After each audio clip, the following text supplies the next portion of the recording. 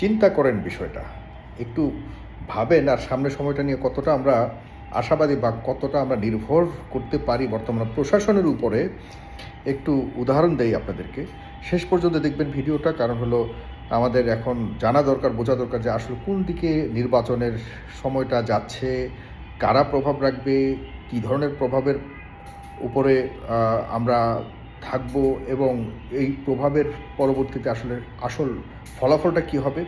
সর্বসাকুল্যে আমরা কি আদতে ২৪ পরবর্তীতে যে বাংলাদেশ চেয়েছিলাম, যে গণতন্ত্রের পুনরুত্থান চেয়েছি, সেটি কি আমরা পেতে যাচ্ছি কিনা, এই ধরনের প্রশ্ন উঠবে।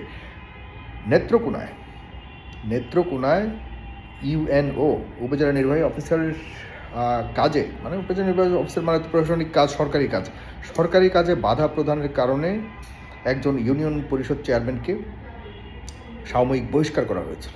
কারণ এটি আইনে আছে, এটি নিয়ম যে সরকারি কাজে বাধা প্রদান করলে সেই ব্যক্তির বিরুদ্ধে যে কোনো ধরনের সর্বোচ্চ ব্যবস্থা নেওয়ার মতো সেই সক্ষমতা প্রশাসনিক কর্মকর্তাদের আছে বা সেটি নেওয়া হয়েছে according to the law and rules.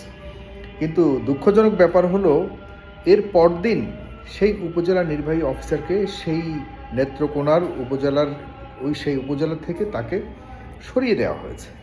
মানে তাকে বদলি করে দেওয়ার মানে কি, যে তুমি যেটা করছো এটা ঠিক করো নাই, তোমাকে আমরা এখান থেকে সরিয়ে দিলাম। কে করেছে ঘটনাটা? কে এই ইউএনও কে সেই উপজেলা থেকে তার ওই কাজের জন্য তাকে ট্রান্সফার করে দেওয়া হয়েছে? এই মুহূর্তে কোনো রাজনৈতিক সরকার নাই। তাহলে বর্তমান সরকার তো আমাদের এই ২৪-এর আন্দোলনের ফসল। যে কোনো ধরনের দুর্নীতি অনিয়মের বিরুদ্ধে প্রশাসনিক কর্মকর্তা বলুন, যারা বিভিন্ন আমাদের এই রাষ্ট্রকে পরিচালিত করছে প্রশাসনিক ক্ষমতার মাধ্যমে, তারা তো এখন অনেক শক্তিশালী হবার কথা। সামনে মাত্র নির্বাচন আছে, মাত্র ১৫ দিন।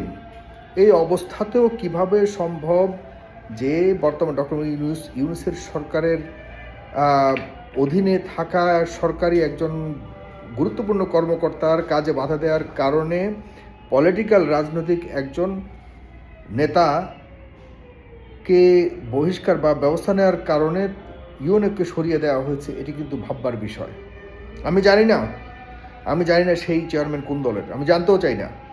সেই ইউনিয়ন পরিষদ চেয়ারম্যান, সে যে কোনো রাজনৈতিক দলের আদর্শভুক্ত হতেই পারে, সেটা যেই হোক, জামাত হোক, বিএনপি হোক, আওয়ামী লীগ হোক। এখন যা আছে সবই তো আওয়ামী লীগ। যারা নির্বাচন করে পাশ করেছে ৯০ ভাগই তো ৯৫ ভাগই তো প্রায় আওয়ামী লীগের ইউনিয়ন পরিষদ চেয়ারম্যান। এত তো সত্ত্বেও কীভাবে, কোন সাহসে ওই চেয়ারম্যান সরকারি যে কাজে বাধা দেওয়ার মতো সেই সাহস পেল? এরপরে কোন শক্তির বলে, যেখানে কোনো রাজনৈতিক মন্ত্রী নাই, এমপি নাই, কার নির্দেশে, কার প্রভাবে সেই ইউএনওকে এখান থেকে প্রত্যাহার করা হয়েছে? এটি একটি ভয়ঙ্কর মেসেজ আমাদেরকে দেওয়া হচ্ছে যে আমরা এই মুহূর্তেও পারি, সামনেও পারব। যদি এটাই হয় তাহলে হাসিনাকে আমরা কেন দৌড়ালাম? হাসিনার বিরুদ্ধে এগুলিই তো অভিযোগ ছিল যে হাসিনা যেটা বলবে, হাসিনার বিরুদ্ধে কেউ কথা বললেই সবাইকে সরিয়ে দেওয়া হয়, কেউ কথা বলতে পারে না, মুখ খুলতে পারে না। আমি ইউএনও, তারপরে ডিসি, এসপি আপনাদেরকে বলে রাখি, যদি আপনারা মনে করেন হাসিনা স্টাইলে হাসিনার প্রশাসনিক স্টাইলে দেশ চালাবেন, এবার কিন্তু আপনাদের উপরে বহুত খবর আছে। কারণ হলো এর আগে তো গেছে পুলিশের উপরে, এই প্রশাসনিক ডিসি থেকে শুরু করে সচিব পর্যন্ত। আপনারা যারা চুপে ছুপা রুস্তমের মতো কাজ করছেন, আপনারা যদি মনে করেন যে আপনারা যা করবেন তাই মানুষ মেনে নিবে এবং সামনের সময়েও আপনার সামনের সরকারের সাথে, যে সরকারে আসুক তাদের সাথে তাল মিলিয়ে আবারও সেই চুরির রাজ্য, সেই ধ্বংসের রাজ্য আপনারা তৈরি করবেন, আর আপনারা ওই ঘর টু অফিস, অফিস টু ঘর, আর হাজার হাজার কোটি টাকা দুর্নীতি করে আপনারা বিভিন্ন ধরনের ব্যবসা বাণিজ্য সাম্রাজ্য বানাবেন, সেই সুযোগ কিন্তু হবে না। সাধারণ মানুষকে বলবো, ভাই আপনি বিএনপি করেন, আপনি জামাত করেন, যাই করেন ভাই, এই বিষয়গুলিতে অন্তত পক্ষে আমাদেরকে দেখা উচিত।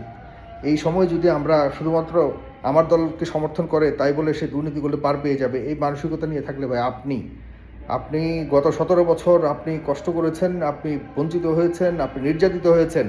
সামনের সময়ে আপনি না হলে আপনার সন্তান নির্যাতিত হবে, আপনার সন্তান নিপীড়িত, বঞ্চিত হবে। প্লিজ, এই একটা সময় আছে, আমরা চলুন সবাই মিলে যেই রাজনৈতিক নেতা মানে এমপি হওয়ার পর আবারও শেখ হাসিনার স্টাইলে দেশ চালানোর জন্য বা ওই সেই সময়কার মন্ত্রী এমপিদের মতো শাসন করবার চেষ্টা করবে, তার হাত ভেঙে দিতে হবে, তাকে উপযুক্ত জবাব দিতে হবে এবং তার বিরুদ্ধে সবাইকে সোচ্চার হতে হবে। প্রকৃত ভোটের মাধ্যমে যদি ঠিকই নির্বাচিত হয় এমপি মন্ত্রী, তাহলে ভোটারদেরকে এই সচেতনতা বোধ তাদের ভিতরে থাকতে হবে। তবেই আমরা অন্তত পক্ষে 24টা একটা হাসির বিষয় হয়ে যাচ্ছে। 24 নিয়ে এখন আর কথা বললে অনেকে 24 নিয়ে কথাই নাই। দেখুন এই চতুর্দিকে জনসভা হচ্ছে, 24-এর স্পিরিটকে ধারণ করে এতগুলি মানুষ মারা গেছে, কেউ বলে? কেউ বলে না। অথচ এই 24-এর কারণে এখন যারা যারা চতুর্দিকে ঘুরছেন, তারা সবাই কিন্তু এই 24-এর কারণে আপনারা ঘুরতে পারছেন। এখন আপনারা সবাই প্রধানমন্ত্রী হওয়ার স্বপ্ন দেখছেন, একদম পুরোপুরি বহুত প্ল্যান প্রোগ্রাম আপনারা দিচ্ছেন মানুষকে। হ্যাঁ, পারতেন না।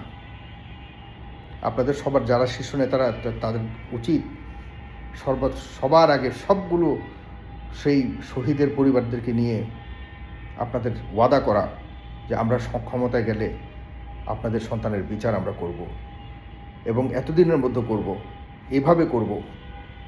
24কে ধারণ করে আমরা সামনে 24 যে কারণে হয়েছে সেই পথে আমরা যাব না, এই ওয়াদা করুন। এই দেশে দুর্নীতিকে আর কখনোই প্রশ্রয় দিবেন না, এই দেশে কোনোদিন আর ফ্যাসিস্টের উত্থান হবে না, এই ওয়াদা করুন। এসব ওয়াদা করলে আমরা খুবই অভাগা একটা জাতি। জানি না আগামী নির্বাচনে কার সাথে কার প্রতিযোগিতা হচ্ছে, কিন্তু আমার কাছে কেন জানি মনে হচ্ছে যে যেখানে নমিনেশন দেওয়া হচ্ছে এরাই এমপি হয়ে যাচ্ছে। নমিনেশন দেওয়ার পর যারা মানে বিছানায় পড়া ছিল, তারা নমিনেশন পাওয়ার পর মনে হয় যেন এক একজন বিশাল শক্তিশালী ওই অঞ্চলের মালিক হয়ে গেছে। ওদের আশপাশের লোকজন এইভাবে বসে আছে। যখন খালি মানে নির্বাচনের ফলাফলটা দিবে, সাথে সাথে সব ডিপার্টমেন্ট থেকে শুরু করে সব একদম পুরোপুরি মৌমাছির মতো আঁকড়ে ধরবে যে আমার আমার আমার। দুঃখ, এটা যদি আমরা করি আমাদের ভবিষ্যৎ কী হবে জানি না। তবে খুব চিন্তিত আমরা আমাদের পরবর্তী প্রজন্ম নিয়ে। এদেরকে কোথায় নিয়ে যাব আমরা? এদেরকে কি শেখাচ্ছি আমরা? আপনারা দেখবেন যে প্রত্যেকটি দলের নমিনেশন যারা পেয়েছে তারা বিগত আমলে হয় এমপি ছিল বা সেই আগের আমলের তথাকথিত রাজনীতির সাথে কিন্তু তাদের সম্পর্ক ছিল। ওই একই ধারণা নিয়ে তারা ইউএনওকে পকেট ভরার চেষ্টা করবে, একই ধারণা নিয়ে তারা ডিসিকে এসপিকে পরিচালিত করবার চেষ্টা করবে, একই ধারণা নিয়ে তারা এলাকাতে প্রভাব রাখবার চেষ্টা করবে, একই ধারণা নিয়ে তারা দুর্নীতি থেকে শুরু করে সকল কিছু তারা করবে। কারণ তারা তো সেই তৎকালীন সময় তারা মনে করে যে ওই বাংলাদেশ ওই যেভাবে চালিয়েছে ঠিক একই বাংলাদেশ এখন আমরা পাচ্ছি। কিছুই পরিবর্তন তাদের ভিতরে ম্যাক্সিমাম যারা এখন এই যে নমিনেশন পেয়ে এমপি হবে, এদের গত 17 বছর এদের কোনো অ্যাক্টিভিটি ছিল না। এরা কোনোভাবেই আছে না যে প্রায়শ্চিত্ত করা, আছে না যে আমরা এবার কখনো সুযোগ পেলে সত্যিকার অর্থে আমরা দেশটাকে একটা জায়গায় নিয়ে যাব, যেটা আমরা পারিনি। 17 বছর নিপীড়ন থেকে, অত্যাচার থেকে, নির্যাতন থেকে আমরা শিখেছি। সুতরাং আমরা কমিটেড, আমরা এই জাতিকে আমরা উন্নয়নের শিখর একটা সভ্য জাতিতে রূপান্তর। এরকম কোনো তাদের ভিতরে এরকম কোনো স্পৃহা বা এরকম কোনো তাদের ওই কমিটমেন্ট নাই। তারা কোত্থেকে পারবে বলুন? তা আমরা একটা আনইভেন প্রতিযোগিতায় যাচ্ছি। জানি না এই নির্বাচন থেকে আমরা কি পাবো, তবে আপাত দৃষ্টিতে আমার কাছে মনে হচ্ছে একটা আনইভেন প্রতিযোগিতায় যাচ্ছি। এটির ফলাফল কতটা আমরা আমাদের গণতন্ত্রের পক্ষে আনতে পারবো, আমাদের প্রত্যাশার সাথে মিলিত হবে জানি না। তবে ইউএনও, ডিসি, এসপিদেরকে বলে রাখছি, আপনারা যদি কোনোভাবে রাজনৈতিক দলের নেতাদের পকেটের ভিতরে লুকিয়ে পড়েন বা ঢুকে ওই আগের মতো করে আচরণ করেন, আপনাদের পিঠের চামড়াও থাকবে না। হুঁশিয়ার করে দিলাম।